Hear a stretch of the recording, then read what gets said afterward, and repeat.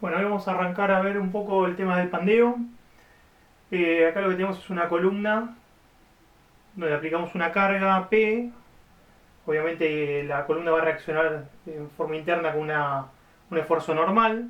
La columna se va a comprimir, vamos a tener una compresión, para la cual nosotros calculamos qué área necesitamos y qué sección de acero, ¿no? Qué cantidad de acero. Ahora, hay casos donde la columna, a pesar de tener la sección necesaria para resistir el empuje, digamos la carga P que la va a comprimir, a pesar de resistir esa carga y sin llegar a esa carga, una carga mucho menor, es posible que la columna falle, que se comporte en forma inestable y que se salga del equilibrio. Acá están viendo una columna que está articulada en sus extremos, se le aplica una carga y se deforma en forma importante, o sea, se deforma demasiado, generándose un desplazamiento acá importante que ya la saca del equilibrio la columna. Ya deja de ser una columna estable. Cuando sucede eso, sin la aplicación de cargas horizontales, o sea, nosotros acá no estamos teniendo una carga horizontal en el tramo que genere esa deflexión, sino que esa deformación, esa deflexión, esa flexión de la columna se genera únicamente por las cargas que la comprimían. En ese caso estamos hablando que tenemos una columna denominada esbelta, ¿sí? Caso contrario es una columna corta. Las columnas esbeltas tienen esa característica, y por eso hay que estudiarlo, de que se les puede producir en ellas el fenómeno de pandeo. El fenómeno de pandeo es un fenómeno en el cual la columna falla y se sale del equilibrio, o sea, se comporta de forma inestable respecto al equilibrio debido a una carga normal, debido a su sección. O sea, en este caso el problema es la sección que tenemos y no la carga, porque de una carga mucho menor se produce el pandeo. Cuando hablamos de columna esbelta, tenemos que referirnos a la esbeltez. Cuando hablamos de esbeltez estamos hablando de la longitud de pandeo, que ahora lo vamos a ver, o sea, qué longitud va a pandear de la columna, y el radio de giro. Que el radio de giro lo que hace es caracterizar a la sección. O sea, es la raíz cuadrada de la inercia, el momento de inercia sobre el área. El momento de inercia y el área sabemos que están compuestos por, puede ser una sección rectangular, BH cubo sobre 12 y el área B por H. O sea, netamente tiene que ver con la sección. Y la longitud efectiva, acá la podemos ver, nosotros tenemos una longitud total de columna, acá tenemos dos casos. Una columna doblemente empotrada o articulada, como era en este caso. Fíjense, la longitud efectiva en la doblemente empotrada es en esta parte, únicamente el tramo central se deformaría, debido a que acá está impedido el giro en los extremos, porque está empotrada. Ahora, la columna que está doblemente vinculada por articulaciones, gira en los dos extremos, por lo tanto la longitud efectiva es el total de la longitud, o sea, la longitud total de la columna. Acá tienen las formulitas, la longitud efectiva es igual a un K por L, L es la longitud de la columna, y este K va a valer, de acuerdo a cómo esté vinculada la columna, puede valer 0,5 en el caso de doblemente empotrada, o puede valer 1, o sea, la longitud efectiva es igual a L, en el caso de doblemente articulada.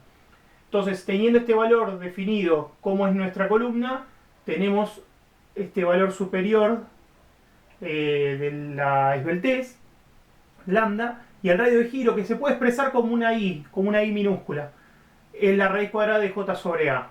De esa manera nosotros tenemos definida la esbeltez, que es la que nos va a marcar si esa columna hay que verificar la pandeo o no. Tenemos tres posibilidades de verificación. Si lambda es menor a 20, no se verifica. La columna esa es una columna denominada corta, no necesita verificarse a pandeo, no va a tener ningún problema. Ahora, si lambda se encuentra entre 20 y 70, hay que verificar el pandeo, porque es muy posible que la columna vaya a pandear, por lo tanto hay que verificarlo y ver y calcularla de una manera que ya lo vamos a ver en la próxima, donde aparece, aparte de la carga P o N normal, aparece un momento. Esa carga de momento la generamos nosotros, ya vamos a ver cómo, para verificar el pandeo. Ahora, si lambda es mayor a 70, ya nos estamos yendo y la columna no va a verificar de ninguna manera, por más que verifiquemos el pandeo y le pongamos un momento, no va a verificar, hay que redimensionarla. Esos son los tres casos posibles. Nosotros vamos a trabajar y centrarnos obviamente en tener columnas en estos dos ámbitos. La mayoría no se van a verificar a pandeo porque no van a ser necesario, porque el tipo de columnas son cortas, el tipo de edificios que ustedes van a calcular, pero puede ser que alguna pase el 20 y tengamos que verificarlo. Bien, hablábamos de que el pandeo se produce por una deformación excesiva de la columna debido a cargas que lo comprimen, a cargas normales, a una carga P. Pero que esa carga P que la comprime no se llega a alcanzar. Con una carga mucho menor ya se produce el pandeo. Por lo tanto, lo que está sucediendo es que no alcanzamos la P de rotura, de compresión. Una P mucho menor. Esa P que vamos a alcanzar y va a pandear la columna, que no es la de rotura, se la denomina P crítica. La P crítica, que acá lo pueden ver, se responde a esta fórmula. Esta fórmula se deduce de hacer un trabajo de la deflexión que se produce aquí y de la sección de la columna. Fíjense que está identificada por pi cuadrado, que es una constante, el número pi, módulo de elasticidad, j, que sería el momento de inercia, y la longitud efectiva al cuadrado. Es decir, tenemos por un lado el módulo de elasticidad que responde al material, por ejemplo el hormigón, que es lo que trabajamos nosotros, al momento de inercia, que lo teníamos también acá metido, que tiene que ver con la sección, pues es una sección rectangular BH cubo sobre 12, y a la longitud efectiva, o sea, la longitud efectiva de pandeo, lo que estamos viendo acá. O sea que estos tres valores que vamos a calcular son los que nos van a marcar esta P crítica. Lo que pueden ver es que si tengo una sección con un material, un módulo de elasticidad importante, o sea, alto, o con un momento de inercia alto, o sea que la sección es importante, la altura frente a la base, tiene medidas importantes, voy a tener un número más importante arriba, por lo tanto la P crítica va a ser mucho más alta, se va a acercar más a la P de compresión, va a ser una P mucho más alta, no va a ser una carga baja que se va a producir el pandeo.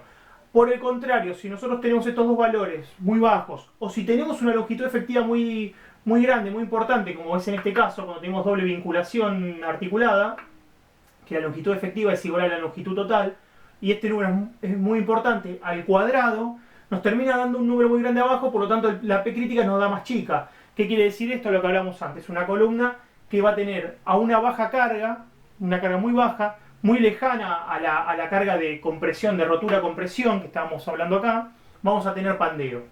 Eso lo podemos identificar si trazamos esa curva de P crítica, la trazamos acá, en función de la esbeltez, o sea, si la columna es esbelta, muy esbelta o poco esbelta, o sea, es una columna corta, que lo identificamos acá en el eje X, lambda, lambda, nosotros estamos teniendo para bajas esbelteces, o sea, columnas cortas, columnas que no son esbeltas, tenemos que para las primeras cargas va a romper por compresión. O sea, es una columna que va a llegar antes a romper a compresión que a pandeo. O sea, la P crítica está mucho más lejos, mucho más arriba. Es muy probable que rompa por compresión y no por pandeo. Ahora, a medida que vamos aumentando la esbeltez, o sea, la columna es cada vez más esbelta, o sea, la relación entre su sección y su longitud, que es la que tenemos acá, es muy importante, la columna no va a llegar a romper a compresión, sino a pandeo. Va a romper a pandeo antes que a compresión. O sea, a una carga mucho más baja va a romper por compresión, por pandeo, perdón, no por compresión. Entonces es importante este gráfico identificar cuáles son las variables de la P crítica, quiénes interfieren, qué puedo modificar, qué pasa si llego a este punto donde me da mayor a 70 el lambda y tengo que redimensionar. Y tengo que pensar, o si no voy a modificar el material, que es lo último que haría, ver cómo está vinculada la columna o aumentar la sección. Cuanto mayor sección, mayor momento de inercia, mayor P crítica, entonces yo ya me corro, me alejo de esto y vuelvo para acá, vengo para atrás. Esto sería la parte teórica de lo que es el pandeo. Lo que sigue es cuando yo tengo que verificar, porque el lambda está entre 20 y 70, ver cómo obtengo el n, es el P último, o sea, es este P, es el que yo calculé, es la carga de la que tengo en la columna, ¿sí? Ahora, m es un momento que yo voy a generar, este m va a ser igual a el esfuerzo n o P por una excentricidad, que es lo que nosotros, esa excentricidad es la que vamos a calcular y vamos a obtener para verificar a pandeo.